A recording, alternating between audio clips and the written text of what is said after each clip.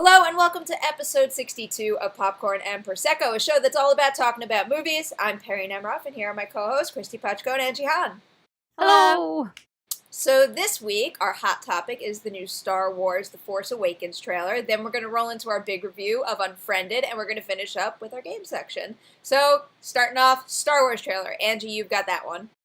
I don't really know what I need to say to introduce it. There was a Star Wars The Force Awakens trailer that hit this week. If you're a person that is alive in this world, you probably knew that and have probably seen it at least like 5 times. I thought this trailer was a lot better than the last one. The last one kind of left me cold, but I think that one also had kind of the weight of all these like expectations because it had been like literally years since we'd seen any new footage from a Star Wars movie. So I think maybe with that taken off of it a bit, and especially because this one wove in a few more references to the old movies that even non-nerds would have caught, like the Darth Vader helmet and like the stormtroopers and all that. So I thought this one was fantastic. Like, I've seen it several times. It was a franchise that I was starting to feel like, I mean, I'll see it, but I'm not excited. And then I saw this trailer and I was like, yes. The first trailer made me super hyped about it. I loved that first trailer, and I thought it was a brilliant teaser. Because, like, every single time where we get teaser trailers, it's never really a teaser. It reveals way too much, but that was a true teaser. And so is this, but it's also taking a step towards being a full trailer, which I greatly appreciated. And I like to finally see, some of these characters and their outfits and the new vehicles and freaking BB-8. I want it. I want. I'm obsessed already. BB-8's the little ball droid. Oh, yes. Yeah. And he's amazing. If I have one complaint about this trailer, it's that it doesn't have enough BB-8 in it, because the last one had a lot more. It did have a lot more, but this one, like, that one shot was so effective, and I just want to, I want to pluck you out and take you home with me. I'm going to have every BB-8 toy, you know it. I'm, jealous that everybody else is so excited about this trailer. I think I'm just getting tired of teasers. I'm just... Fucking show me something. I don't know. They're like, oh, here's it just feels like, they're playing the favorites. It doesn't feel like I'm seeing anything that new. And I'm excited to see Oscar Isaac. I'm excited to see Daisy Ridley and John Boyega get so much attention in this trailer because it makes it seem like maybe they are actually the heroes of this movie, which would be really cool. During the Force Awakens panel, they were talking at Star Wars Celebration. They were talking about how those are the 3 leads, are the ones we've seen so far: Oscar Isaac, Daisy Ridley, and John Boyega. And not for nothing, I love that because that means that 3 leads of this movie are a black man, a Latino man, and a woman. And I mean, that's huge. Like you could have made this movie with another generic white guy. Too super sexy. I mean, I guess Daisy Ridley's sexy for some people, but guys, Oscar Isaac and John Boyega, yes, please. But no, that's exciting. Attractive people. I'm actually now more excited about the trailer because I was like, I want to know, where is Donald Gleason? I have a theory that Gwendolyn Christie and Lupita Nyong'o aren't going to be in this movie very much. I feel like they're going to set them up for whatever the next movie's going to be. So I'm not expecting to see them into trailers until we're within a month away. So that doesn't surprise me. But Donald Gleason, I'm confused by, and no Adam Driver. Where are these guys? Unless this is the second time we've seen the shrouded figure with the controversial lightsaber. So I'm wondering, I'm doing what everyone else is doing and being like, who is that? And I think that's the point of doing this whole tease with no story thing. And especially, I think it's well suited to this kind of franchise in this world. It's like, if they would have just thrown all these new people and these new things and all the story at me at once, I kind of would have been like, yeah, slow down a little. Hint of story. I do greatly appreciate the time to sit and think and look at them and see what they're about and try to figure out who fits where. I mean, here it just feels appropriate. Whereas certain other ones where what's coming, it's like, really, are we doing this? I mean, it's, for one thing, this movie isn't coming out for a long time still, so we're presumably going to get a lot more information between now and then, but I also feel like, honestly, at this point, part of the fun is not knowing and kind of, waiting to see and trying to figure it out and, coming up with crazy theories about that weird lightsaber. That's from also because there's so many interesting details.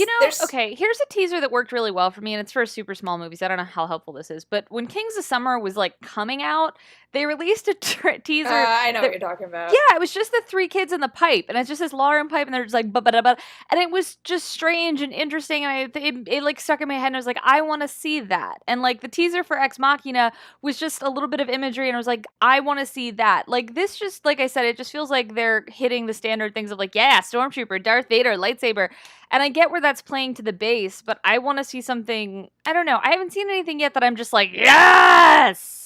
Well, it also sounds like it's not a franchise that you personally are super invested in, and I wonder if that's the difference because a lot of the people who seem the most excited about it are people who, from the moment this was announced, were very excited. And I think the movie's kind of playing more to those people than to people like you or even like me who are just kind of like, I like the franchise, I'm not obsessed with it. Well, sure. I'm like that, but I think these teaser trailers are playing especially well for me. Like, when it was first announced, I was kind of like, all right, cool, I can see more of this. And now every single time I see a new image or a new clip or a little piece of footage, whatever, I'm like, yeah. And now I'm really psyched to see more. All right. I'm sure we will. So we should move on to our next big topic. I would hope so. All right. So this is it. They're just going to open the movie. We're not getting anything else promotionally. Yeah, right. Big review of the week, Unfriended. Here is the official synopsis. A group of online chat room friends, find themselves haunted by a mysterious supernatural force using the account of their dead friend. Yeah, that sucks. Sorry, IMDb or whatever that came from. Read the fucking guys, synopsis, I'm really sorry. Perri. That was written by my that's grandmother. Awful. They're not online chat room friends. They're friends in real life who go to high school together, and they start up a Skype call together, and while they're on their Skype call, they notice that there's an unknown Skype user in there avatar. who eventually reveals herself to be Laura Barnes, a girl from their high school who committed suicide a year ago due to bullying. Which is the first thing you see. Like, literally the first thing this movie is a girl killing herself on live leak. But point being, that synopsis was inaccurate. I win. Stop making faces at me. All right, so I love this movie. I was really excited about it the first time I heard about it because we've seen a pretty good amount of, computer use. And I guess the first movie that came into my mind when I heard about Unfriended was Open Windows. I don't know if you guys saw it with Elijah Wood and, what's her face? Girlfriend? Sasha Grey. And the entire movie takes place on one computer screen and, windows pop up and you see all this different stuff. Didn't work at all. So I'm thinking, how the hell are they going to make this work?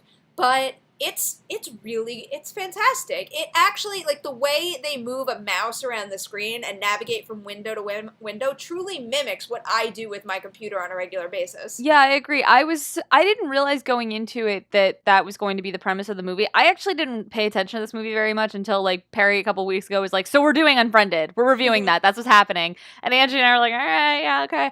And, so I didn't realize until we went into it. I had seen a couple of trailers and I was like, this looks terrible. I was just like, all right, here we go.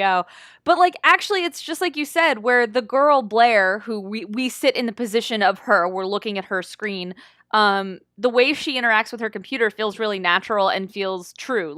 She knows how her computer works. She's not like a hacker where she's like blah, blah, blah, blah, blah, and because of the mouse, you can literally follow what she's doing and where she's going. And an element I liked a lot is that when she's typing messages to people, she'll start to type something and then she'll pause and she'll hover on reply and then she'll erase it and she'll fix it. But it's not cheesy rom-com version of that. No, where it's it works it's so in a really good predictable. way where it you stops see her at a point processing where the she would need to think about it too. Yeah, it stops at a point where you would judge your words. Yeah, we get to see her thought process. It's actually out on screen. And I thought that was really helpful and interesting. I mean, it's a pretty, the actual premise of the movie, there's a bunch of friends who are being stalked by a possibly supernatural force that knows what they did, that's very, very basic. So this movie really hangs on the gimmick, but the gimmick is so well executed. Like you said, it's really realistic. And that seems like it shouldn't be, that impressive. But most of the time when we watch movies, even if you see someone use a computer screen for just 2 seconds, you immediately look at it and it's I don't know what that is. It's like hacker movies where they type like this. You're like, no one types like that.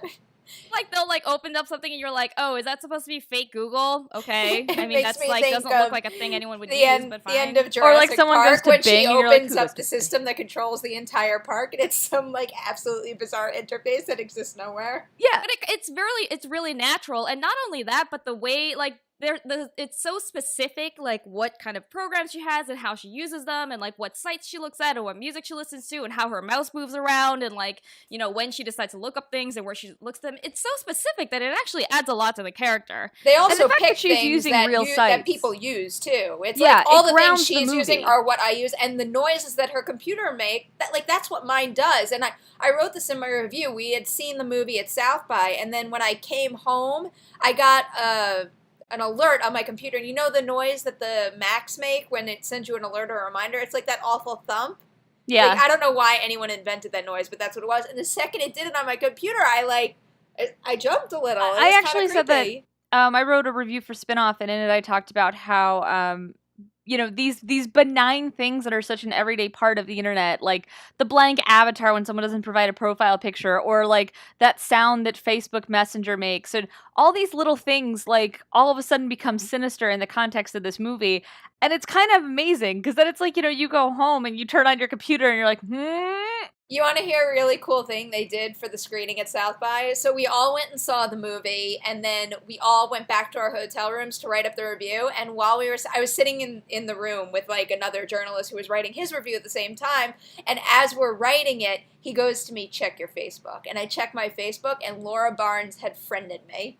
It's like the simplest thing, like a really effortless publicity stunt, but it was so effective. And I was sitting there writing my review, and there she was.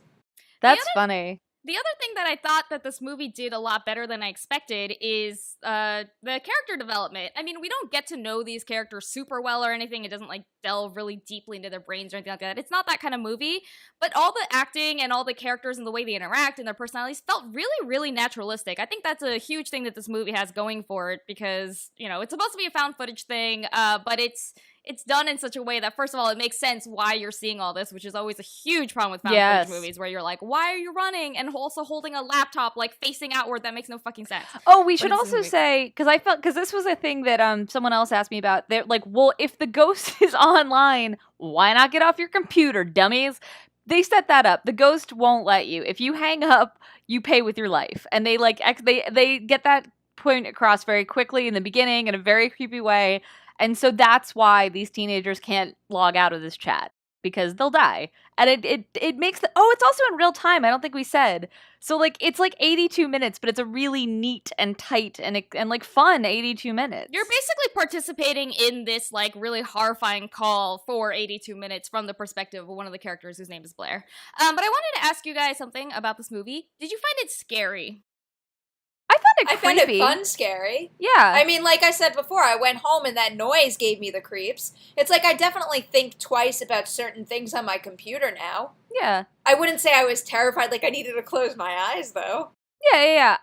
There were definitely parts where I was kind of curling up because it builds the tension to like, you're like, oh, shit's gonna go down. I don't know what's gonna happen. And I was actually surprised to find out this has an R rating because I thought the way it plays around gore and nudity that it was a PG-13 movie.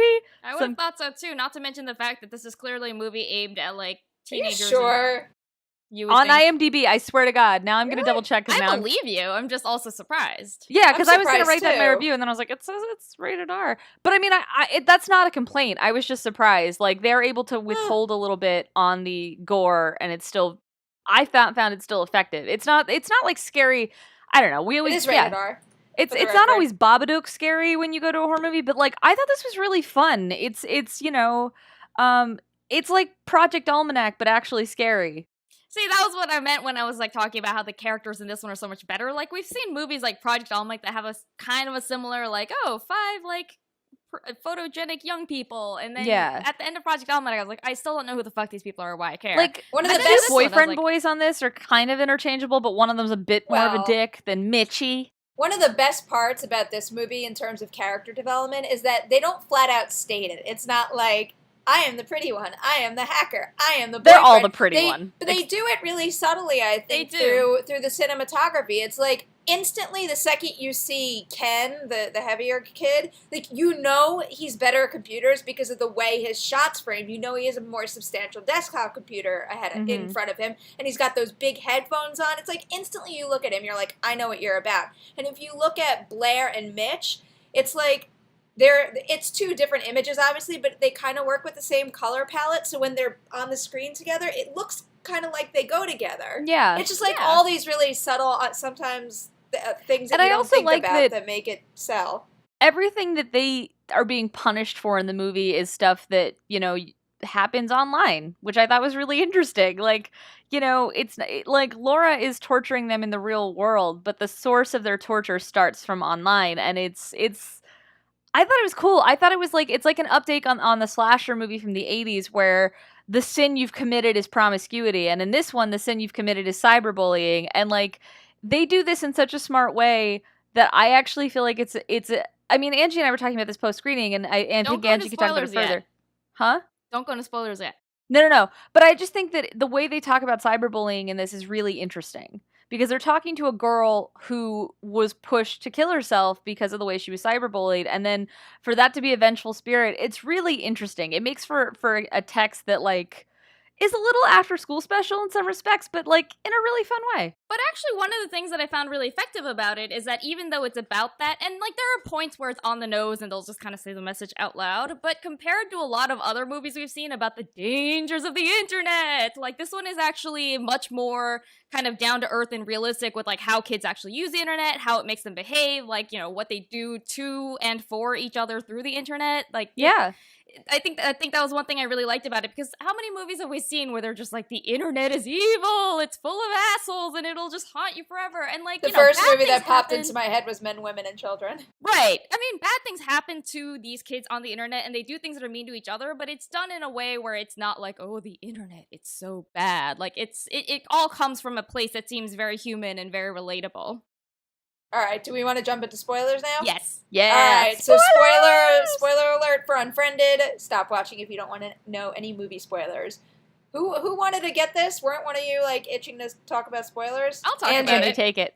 So basically, one of the things that I thought, I didn't realize this while I was watching the movie, but after it came out, one of the things that I thought they did so well and the movie was so smart about is that you realize about 2/3 of the way that it's a movie about bullying that's told from the perspective of the bully, because the whole movie, you know, like Blair and her friends are like pleading with this like Laura Barnes online ghost person, like, oh, you know, we're good people, like, why are you doing this to us? But gradually as the movie goes on, you learn why, and it's because Blair is the one who took the video, her boyfriend is the one who posted it, and all the other kids just kind of piled on.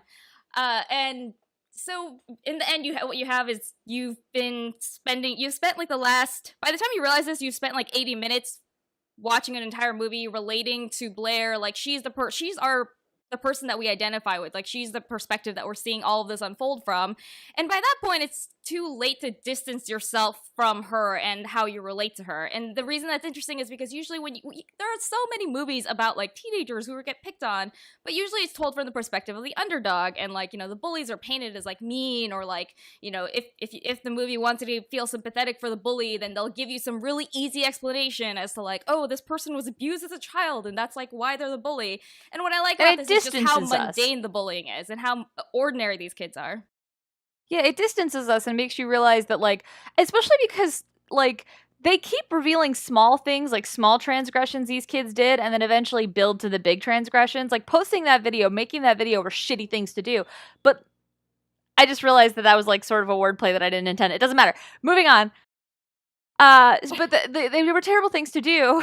But, like, the more, like, you know, but little things like that they all started texting this girl from anonymous accounts and saying, kill yourself. And, like, you might think that seems so benign because, like, oh, who listens to that or whatever. It's just the internet. Like, I didn't mean it. And that's what they keep saying. I didn't mean it. I didn't mean anything. Yeah. And I believe that. Like, at one point she's like, why did you do it? And they're like, she was just like, I mean, everyone was doing it, we were just joining in. Like, you get the feeling that it wasn't like these kids were like, oh, let's sitting around being like, let's make this girl's life hell. It was just like, oh, let's just like, and that's what's so it also sends a nice message about, you know, computers and the internet make everything forever. I mean, you put things out there, they're gonna come back to get you. Well, and also the fact of, like, you know, just because you're able to disassociate yourself from it because it's not really your name and you're just doing it on the internet and the internet's not real, like, it is real. You know, the way that people behave online impacts their lives. And, like, I like the way that this movie did this in a way that I hope resonates with people. Because, you know, I mean, we all work online all day, so I feel like we have a really good understanding of how the internet can giveth and can taketh away. But I really liked the idea of, like, you might think that saying something shitty to somebody online isn't a big deal. I mean, they don't know who you are and whatever, but, like, you know, it can have an impact. So does this mean the sequel to Unfriended will be movie bloggers, like, getting revenge on internet trolls? Oh, my God. I'd watch that movie.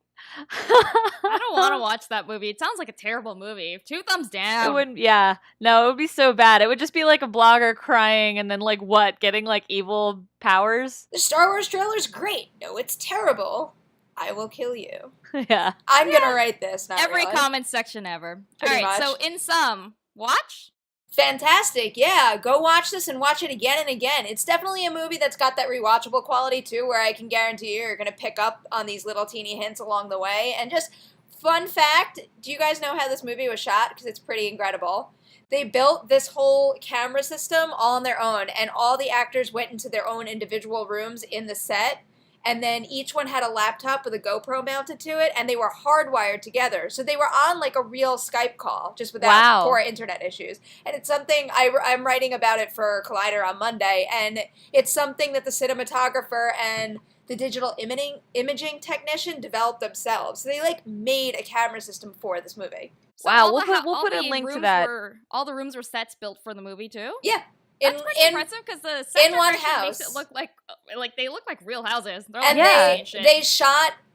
Obviously the whole movie isn't one single take, but they were recording the movie in one take, and then they connected it together with the best takes, I guess. Wow, that's yeah, really we should cool. wrap this up, but that's really cool. I am not as enthusiastic as Perri is. I think it's good, but I just kind of want to measure expectations. I think it's really fun. I think seeing it in theaters with your friends is a good idea. Yeah, I'm in favor. What Kristy said. All right, okay, so we'll move on to games. The game from last week was we wanted to play Fuck, Marry, Kill with Oscar Isaac characters. They were from Inside Llewyn Davis, Sucker Punch, and Ex Machina. And our winner for our last week's contest was Toria Grace, or at Pixie R Dust, or Dust. She has multiple use. She says blue because it's a one-time thing. She says fuck blue. Fuck blue because it's a one-time thing. Kill Nathan because he's too obsessed with robots. Agreed. And marry Llewyn because he's soulful. She gets me. But I wouldn't fuck blue. I like that one because I was like, surely no one's gonna choose fuck blue, but apparently someone would. Yeah, it was unexpected. That mustache works for some people, I guess. So thank you, Toria. We appreciate your shouting out to us. This week's contest is based on the other big trailer that hit, which I'm going to have to read this carefully because I can't ever say this title right. Batman v Superman, Dawn of Justice. So here is a still from the trailer, and we would like you to give a caption to this still. And our favorite we will give a shout out to on next week's show. Tweet us at Popcorn Prosecco. For the record, that trailer. Yeah, I'm not. The thing that made me excited about that trailer was I was like, is that Holly Hunter? I hear Holly Hunter's voice. Holly Hunter's in this movie?